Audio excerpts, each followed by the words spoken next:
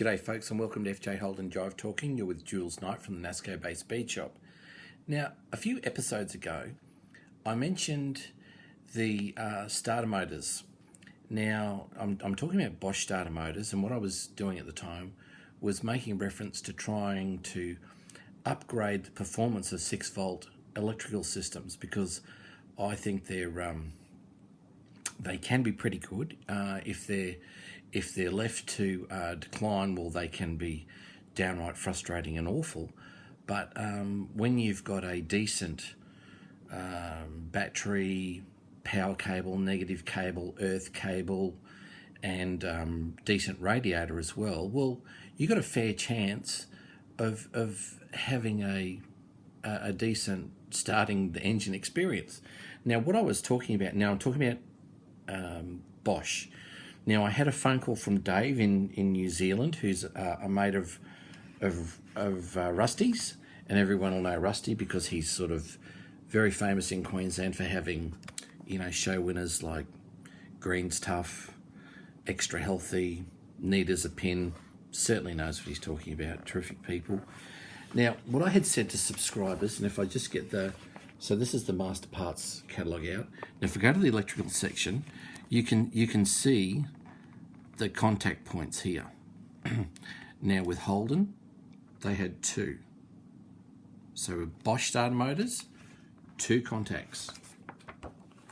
Very hard to start on a hot summer's day if you haven't done anything to it. And I also told subscribers that that Barnsey had said to me, "Oh, you need to upgrade to a Volkswagen starter motor, yada yada yada." And I thought it was a little bit of hearsay. Look, however, giving Barnsey his dues, he certainly knew what he was talking about, and I actually did that, and gee whiz, it made the world of difference. So look, I've got a couple of props, and I just want to show you. Gee whiz, they're a bit heavy, but this is the Holden starter motor. Now you can see. So this is the one I've just taken out of my car a couple of months ago, and we've just been letting it sit on the shelf. But you can see that's a Bosch starter motor. It's 6-volt. You can see it's the Bosch brown, the same as the regulator box and so on. But it is the 2-brush starter motor. But you have a 3-bolt pattern that bolts onto the gearbox. Now, this is, by comparison, the Volkswagen. So not quite as tall.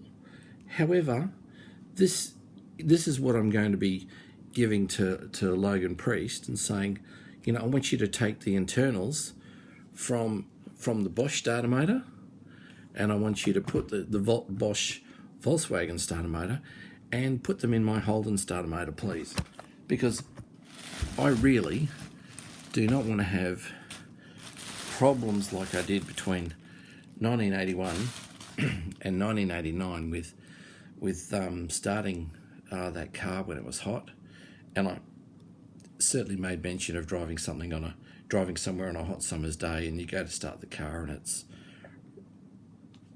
turn it on, you hit the button, it's just and it just doesn't want to start.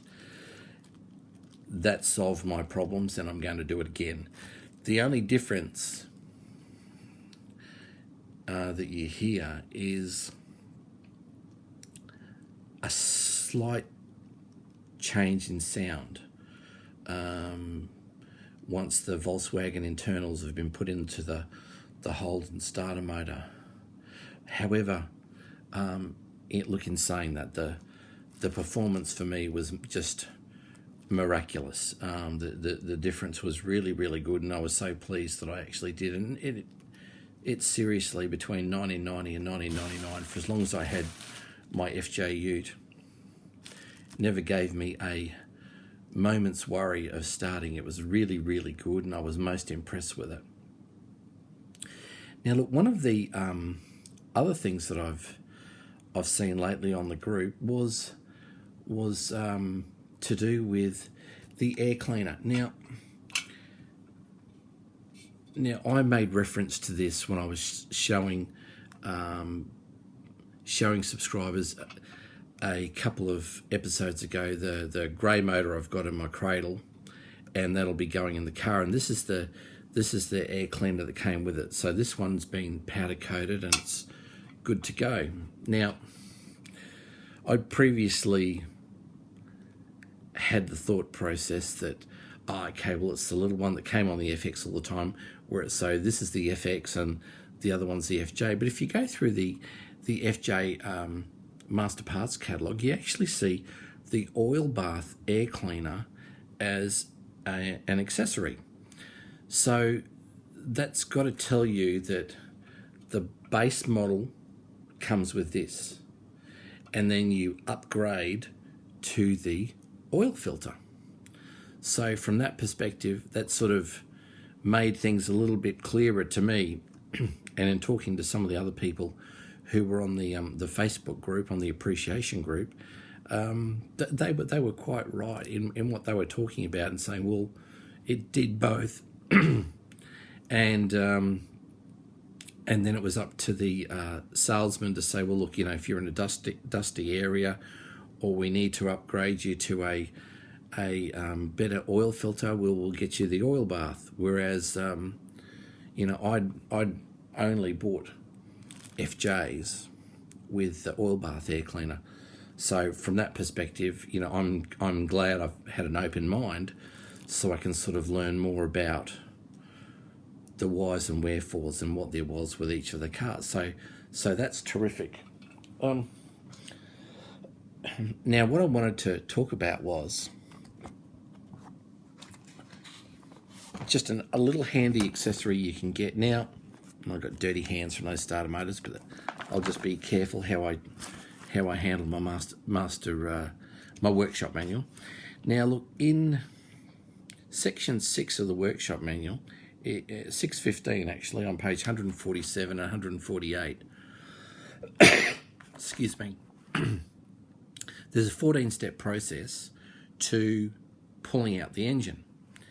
Now, I've pulled plenty of motors out in my time, and when I'd be helping my mates down at Cleveland, well, the boys have got I call it a Skyhook, and they would use that for putting motors in and out. But me being by myself, I'd use a chain and a block and tackle and whatever. Whereas now, with Lachlan and Nathan helping me, I'm able to sort of upgrade a little bit. We've got an engine crane and an engine stand and things like that. And even from our old house at Norman Park that sort of had, big beams underneath the house, you got a block and tackle there. This tool would have been really good. And it's, General Motors tool where this is sort of what it looks like. It hooks. It's a pretty big bugger. When you look at it, it's really quite big. Now it actually hooks.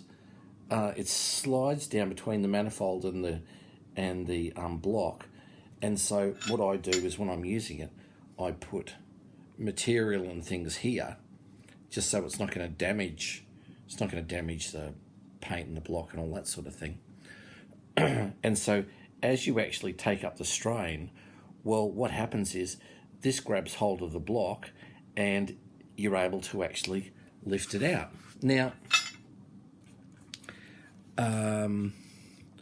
what it talks about, and this is in the 14-step process. Now, I'm just going to go to the last step.